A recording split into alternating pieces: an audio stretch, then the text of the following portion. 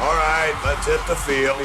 All right. Just wanted to talk, that's all. Today is February 25th, and the wait is over. The Yankees are back on the field in Tampa, and today we got our first look at Juan Soto in Yankees pinstripes. My recap, your reactions, coming up next. This is NYY Recaps. Welcome to Yankee Stadium. Just when they thought I was out, they pull me back, kid. Well, hello.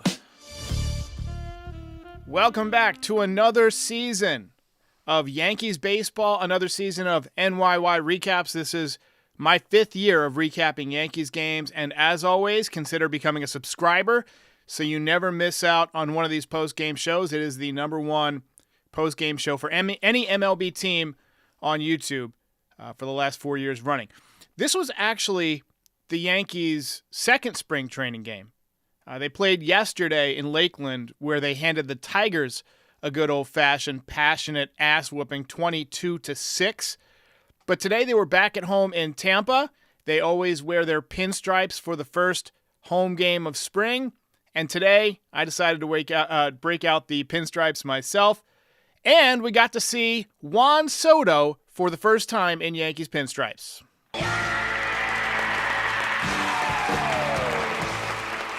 Soto was in right field. He was hitting in the number 2 spot in accordance with the prophecy. I think that's the way to do it. Judge was giving him protection at the number 3 spot.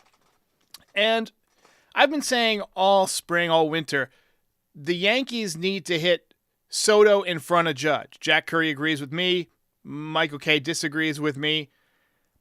And I've seen this comment a few times. If you hit Soto second and Judge third, then who protects Aaron Judge? Best answer I can give you is that you can't ever protect Aaron Judge with a hitter who's better than Aaron Judge, because he's the most dangerous hitter in the game.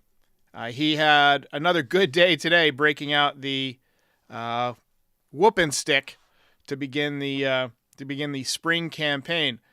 All right, looks like the chat is filling up, so let's recap. All right, let's go. Let's get it going.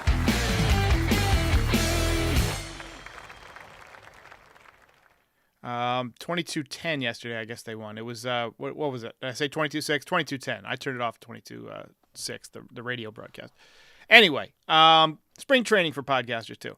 Carlos Rodón on the bump today. He looked really good in the first inning, had a couple of strikeouts. Fastball was mostly 92, dialed it up to 95 at times. You see 94 in and above the hands right there. Lots of ride. Didn't have as much ride last year. And it also looked like he's definitely keeping that right shoulder in a little bit more. He's hiding the ball a little bit more from the hitters. I think that will help. Bottom half of the first, Alex Verdugo began his Yankees career with a double down the right field line. Nice job for him.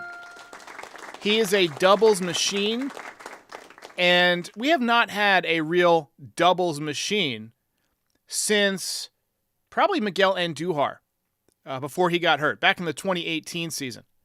Next hitter was Juan Soto, and he literally fell down on his first swing as a Yankee. For a minute, I thought he hurt his ankle or, maybe pulled a groin or something. I was absolutely frozen with fear for about 10 seconds until he jogged down to first base, and you realize he just slipped. Next batter was Aaron Judge, and he got his spring started off right. Line drive, base hit to bring in the Yankees' first run. His swing looks good. His timing looks good. And you got to believe that he's on a mission this year to, silence some of the critics. Yankees had a tough year last year. A lot of people blamed Aaron Judge because he got hurt. And, he wants to take this team to the promised land. And this year he's got his, basically a guy he requested the Yankees go out and get, which is Verdugo. He's got Soto. Got some healthy guys coming back. Rizzo, hopefully Stanton has a bounce-back year. So I expect Aaron Judge to be all in this season. Rodón ran into some control problems in the second inning. He walked 2 guys in a row and then hit a batter with a breaking ball, but did pick up his 4th strikeout to get out of the inning. I didn't expect him to come out for the 3rd inning. Sometimes I'll have guys, especially established major league pitchers, polish off their outing with about 15 or 20 pitches in the bullpen, but he did come out for the third inning and got 2 quick outs before serving up a home run. Final line for Rodón in his first spring outing, 2 2/3 innings, 1 run, 2 walks, 5 strikeouts. Nice job.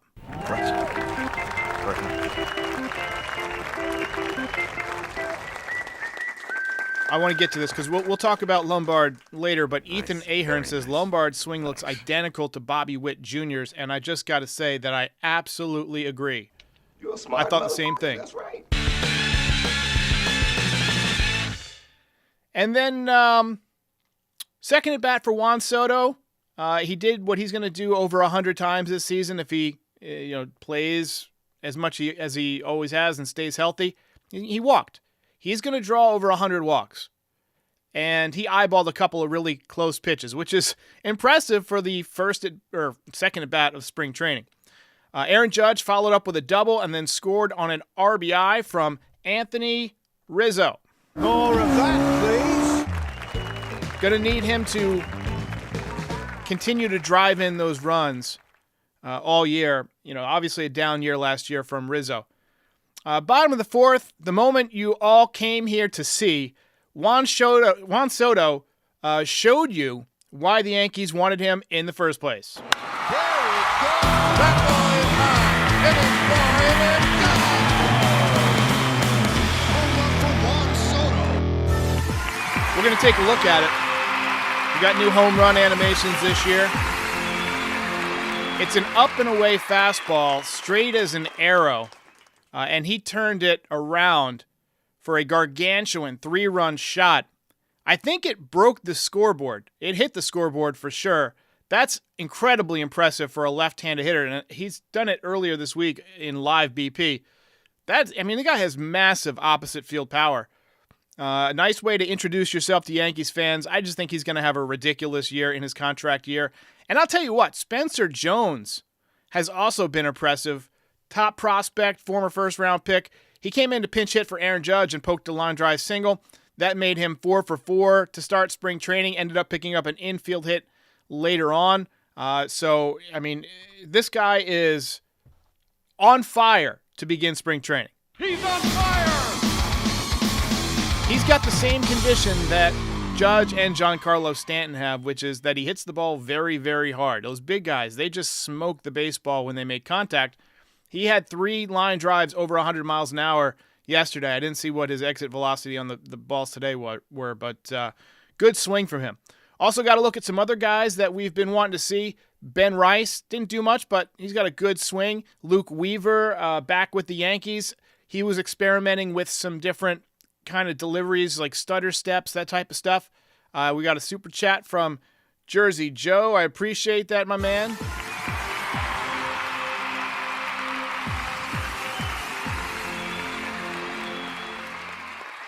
We also got a look at a couple other guys that I've been wanting to see. Luis Torrens, catcher, he homered for the second time in as many days. Homered yesterday. And then George Lombard Jr., another first-round pick of the Yankees. 2-run home run. He's an 18-year-old kid. Hit an opposite field 2-run shot. That is impressive. There it goes. That ball is high. It is far. It is gone. Interesting point made by Michael Kay. He's wearing number 18 as an 18-year-old. I guess they didn't need it for Yamamoto, unfortunately. But anyway, it's rare to see such a young guy get such a good number in spring training. That's why you got guys like Oswaldo Cabrera wearing 95, Wells wearing 88, Dominguez wore 89, Volpe wore 77 last spring, switched to number 11 when he made the team. Maybe they're just having fun because he is 18. Give him number 18, but that's a sign of respect. And, hey, props to Lombard on the dinger. Yankees hang on to win a nail-biter 12-6. Ball game over. Yankees win. Yankees win. Frankie says that's what happens when you retire too many numbers. You're a winner. All right, so for the second day in a row, we're going to give out a spring belt. In case you missed it yesterday, Spencer Jones got a belt for belting one, 470-foot home run. But today, despite many candidates, many qualified candidates, there could be only one. Juan Soto.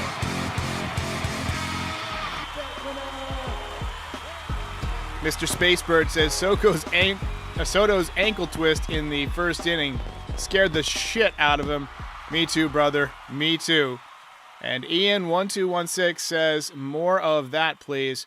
What an incredible home run that was. Just opposite field, deepest part of the ballpark.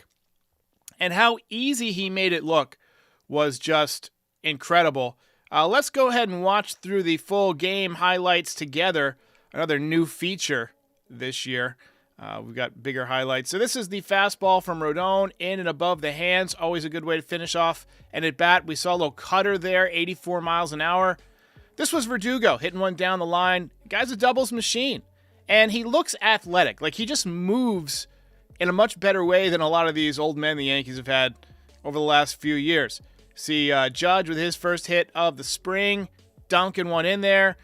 This was Rizzo looping one down the right field line a little bit early. Last year, just didn't make much contact over the last couple of months, so it's a good sign that he's hitting the ball well. Productive out from Gleyber Torres right there. Another high fastball from Rodón, 95 miles an hour. You see the good ride. And then again, 86 mile an hour cutter, 94 mile an hour fastball. Just getting lots of good swings and misses here. This one was not a swing and miss. 91 mile an hour fastball down in the zone.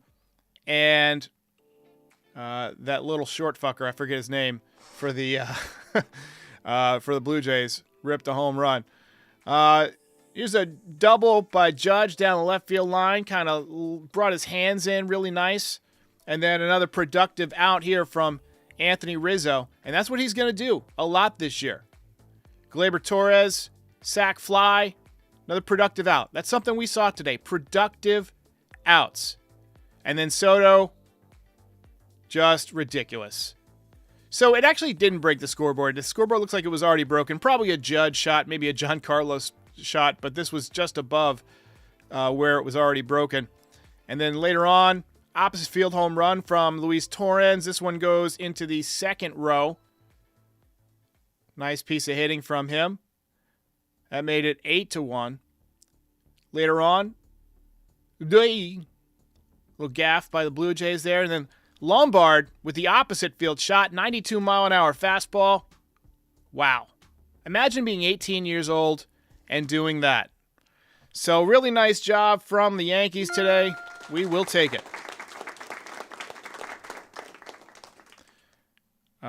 Ethan Ahern says, Jones can't make the team out of camp, can he? We're seriously going to have a lot of outfielders, even with Dominguez hurt. So I expect Jones to start at Double-A, but he's been very impressive. He's probably going to be up at some point this year if the Yankees have injuries, but let's hope that the Yankees don't have injuries. I would rather let him take an entire year to develop at Double-A and Triple-A, and then next year he can be ready to step in.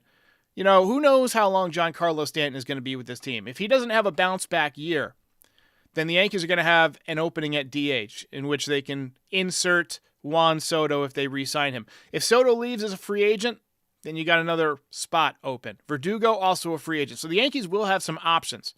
All right, let's take some What do you say? Some comments. Yankees Jets fan says, Alejandro Kirk. Thank you. I could not remember his name. Just a little guy.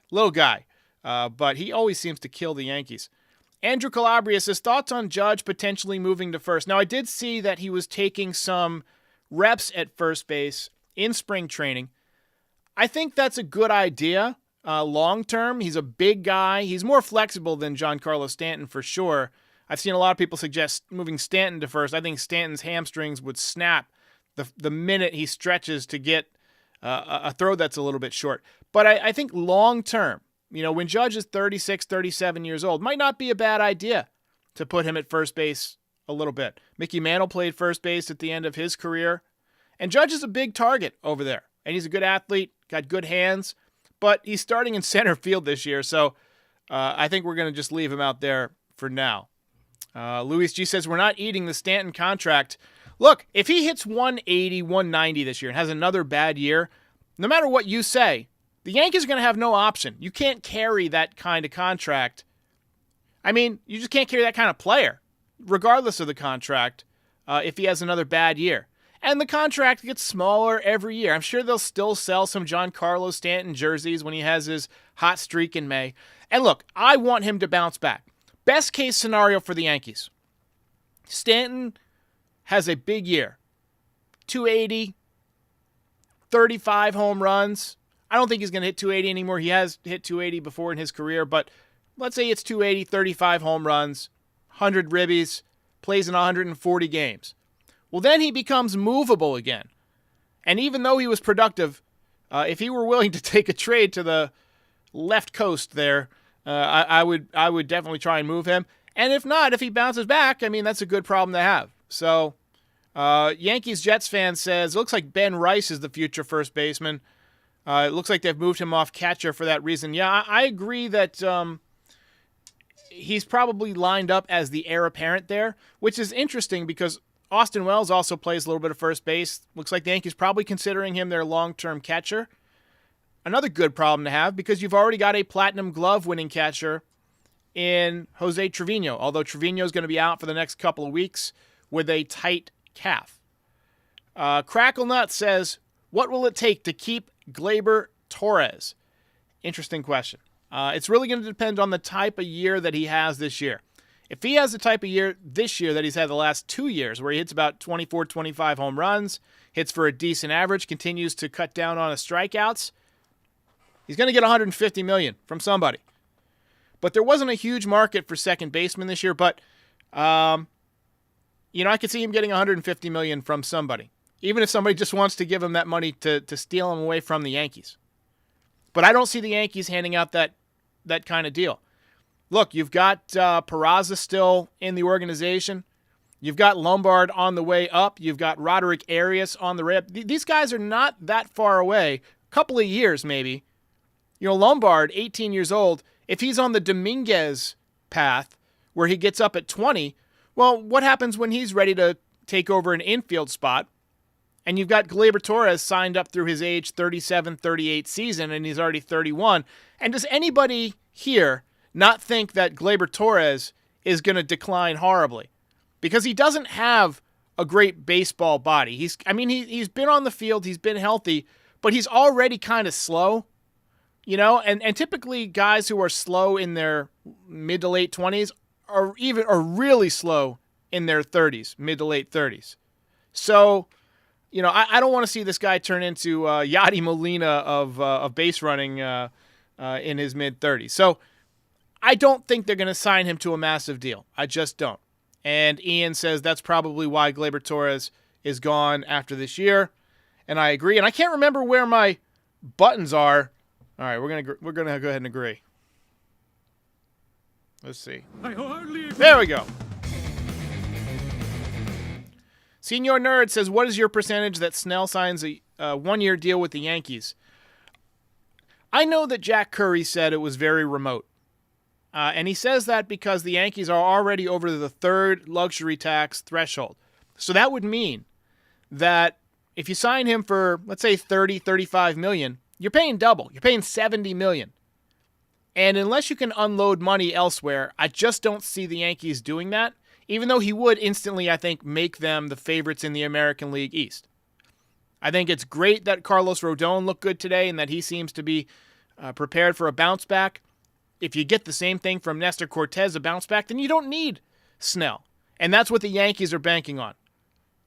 Now, if somebody gets hurt over the next week, let's say Nestor Cortez, and this is knock on wood. I'm knocking on wood. You might not be able to hear it, but my desk is wood. Let's say Nestor Cortez pulls a groin muscle, and they say, all right, you're going to be out 2 months. Or, God forbid, an elbow issue. You're going to miss the whole season. Then I think Blake Snell gets a phone call. But if everyone stays healthy as is, I think the Yankees are prepared to go to battle with what they have now. I think they really believe in Clark Schmidt because of his stuff plus and all that stuff. But they've also got guys like Chase Hampton, who we're going to see this spring, Will Warren, who we're going to see this spring. Luke Weaver, can step in and make a few starts. He's a quality pitcher Doesn't have great stuff, but he moves the ball in and out. You see him working on that stutter step, trying to throw hitters' timing off. Jim Kratz said that, pitching is about disrupting timing, and Luke Weaver seems to be one of those guys. And really good command of the baseball, too. Frankie says 0.0%. Val in NY says, great seeing the first spring training game. 24 more to go on Yes, which I'm grateful for. I don't think I'm going to cover all of them for spring training. I'm still gearing up for the season. I'm still, making things like the home run reels. If you guys want to watch one, let's use the Martian since he's not going to hit one for a while. That is high. That is far. We're building these out for everybody. Just to spice up the podcast. And so I'm going to be still working on a lot of that stuff throughout spring training, but we'll be ready to go 100% when the season begins. And, a few different things this year. So I am working full-time with Foul Territory now. So if the Yankees play a 1 o'clock game, I'm probably not going to do a recap right after the game because I'll be working FT, but I'll move that to like the evening. We'll do like a 6 o'clock or 7 o'clock recap in the evening. And weekends, we're going to have Terrence on for This Week in Yankees Baseball. We're going to have Max Goodman as a channel regular this year. So it's going to be fun. It's going to be fun. All right, ladies and gentlemen, let's wrap it up. Couple more questions. Random account says, can they give Snell a contract like Ohtani, just shorter? Interesting question. Deferred money. You gotta go. Dr. Anarchy loves FT. I love FT. It's amazing. And those guys are all amazing. And, by the way, check out Fair Territory, which is on the Foul Territory channel, but it's also available on all your favorite podcast platforms. You guys saw Ken Rosenthal on his channel this winter. We work with him every single week, and he is a phenomenal podcaster, always has the inside dish on a lot of big information. So Andrew Calabria, final word, says, Bellinger was smart to go back to Chicago. He wasn't getting any more than was offered. Bellinger at the beginning of the offseason was my pick as the guy the Yankees would go out and sign. I'm glad they got Soto. They had to unload a lot of pitching to do it. But, if you had said headed into the offseason that Bellinger was going to get a 3-year, $80 million deal with a couple of opt-outs, I think you would have said, we'll take it. But didn't work out that way. I lied. One more chat. JBX says, heard Rodón added a cutter. Thank you for the super chat. Yeah, cutter looked good today. He also threw a nice big roundhouse curveball. So looked really, really good. All right, guys, we're going to call it a day. I'll be back after tomorrow's game, and then there's a game on the 29th, which is Thursday. Remember, February 29th this year. It is a leap year. So I'll have a recap Thursday night. Until then, I'll see you next time.